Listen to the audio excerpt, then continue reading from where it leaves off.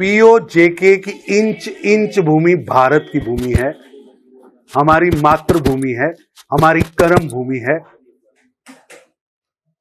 और जो देश के रक्षा मंत्री और विदेश मंत्री ने कहा है वो एकदम सच है और 140 करोड़ भारतीयों की आवाज है। पर दुर्भाग्य है एनडी गठबंधन कांग्रेस के सहयोगी फारूक अब्दुल्ला साहब भारत के अंदर पाकिस्तान के एम्बेसडर की भूमिका में अदा कर रहे हैं। ऐसे लगता है कि वो पाकिस्तान के प्रोपोगंडा एजेंट हैं। जम्मू कश्मीर के अमन व चैन किसी दूसरे देश की दया पर निर्भर नहीं है। फारूक अब्दुल्ला साहब, महबूबा जी, जो ये आप दोनों, ये तीन परिवार, गांधी नेहरू परिवार, मुफ्ती परिवार और अब्दुल्ला परिवार, कभी चाइना का गाना गाते हैं, कभी पाकिस्तान का गाना गाते हैं और उसके एम्बेसडर की भूमिका अदा कर रहे हैं। जम्मू कश्मीर की सुरक्षा, शांति और विकास पाकिस्तान की दया पर या चाइना की दया पर नहीं। प्रधानमंत्री मोदी जी ने जम्मू कश्मीर को एक नई राह दी है, जंजीरों से निकाला है। आपने जम्मू कश्मीर को टेररिज्म कैपिटल बना दिया था, मोदी जी ने उसे टूरिज्म कैपिटल बनाया है।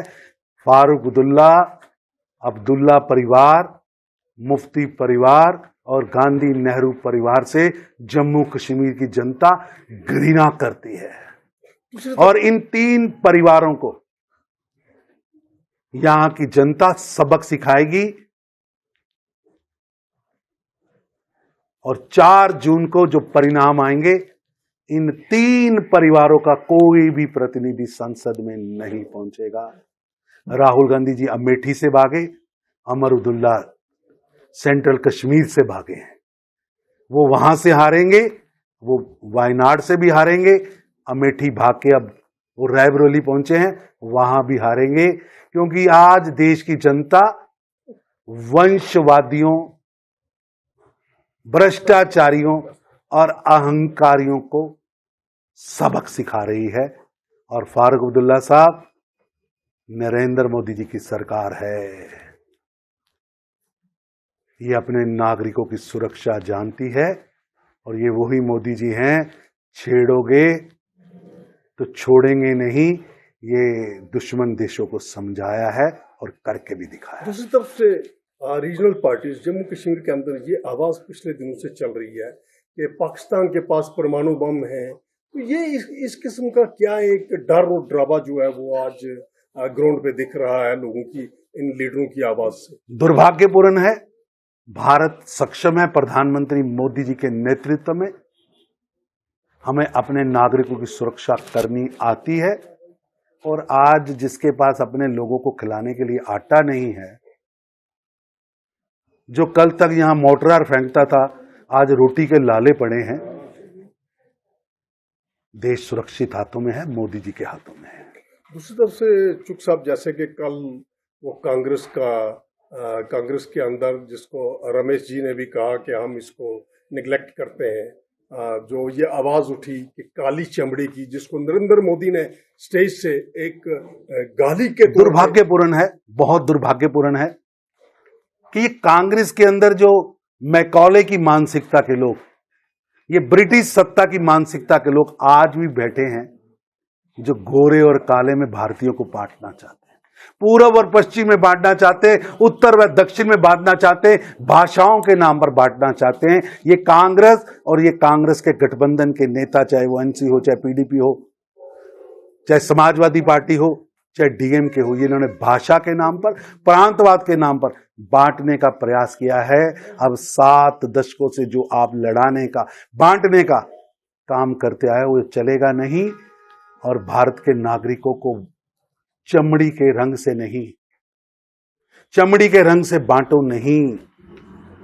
हर भारतीय का डीएनए एक है, हम सब भारत माता के बेटे हैं, ये देश हमारा है, ये संकल्प मोदी जी का है, विकसित भारत।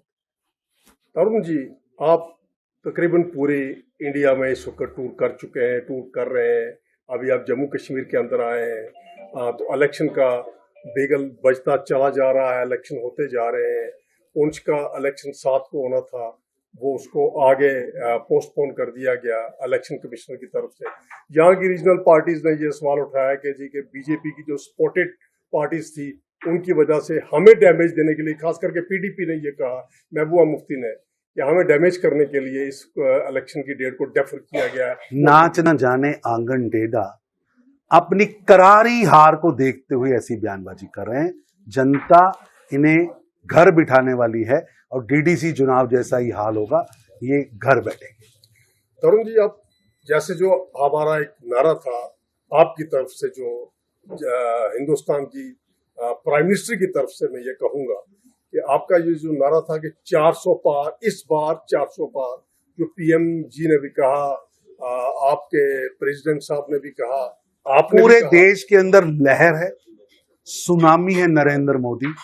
देश की करोड़ों जनता, आज 25 करोड़ गरीबों के जीवन में परिवर्तन आया। आज देश के अंदर 80 करोड़ गरीबों के घर पे राशन पहुंच रहा है।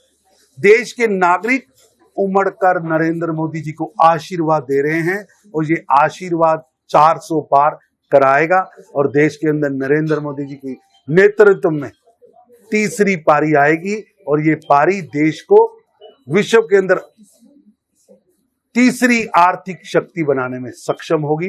ये पारी भारत की गरीबी के खिलाफ जो मोदी जी ने लड़ाई लड़ी, गंदगी के खिलाफ, जात पात के खिलाफ जो लड़ाई लड़ी है, और उन्होंने कहा है 4 लोगों के लिए मैं काम करूंगा, गरीब, अन्नदाता यानी किसान, युवा और महिला, इन चारों के लिए, इनके सपनों को पूरा करने के लिए मोदी जी लगे हैं और निश्चित रूप से भारत नरेंद्र मोदी जी के नेतृत्व में आगे बढ़ेगा। अभी जैसे कि पिछले दिनों में 2-4 दिन पहले आपने सुना है, डिफेंस मिनिस्टर ने भी इसको कंडेम किया, जो पुंछ शास्तार में JWG में जो एक अटैक हुआ, जिसमें एक हमारे एयरफोर्स के फौजी शहीद हो गए, 4 जख्मी हो गए। तो ये अटैक पिछले चंद दिनों से जो बराबर चल रहे हैं, जैसे पुंछ में हो गया, राजौरी में पिछले दिनों में हो गया, दुर्भाग्यपूर्ण है, मैं इसकी निंदा करता हूं। जिन लोगों ने भी भारत के नागरिकों पर हमले किए वो बख्शे नहीं जाए।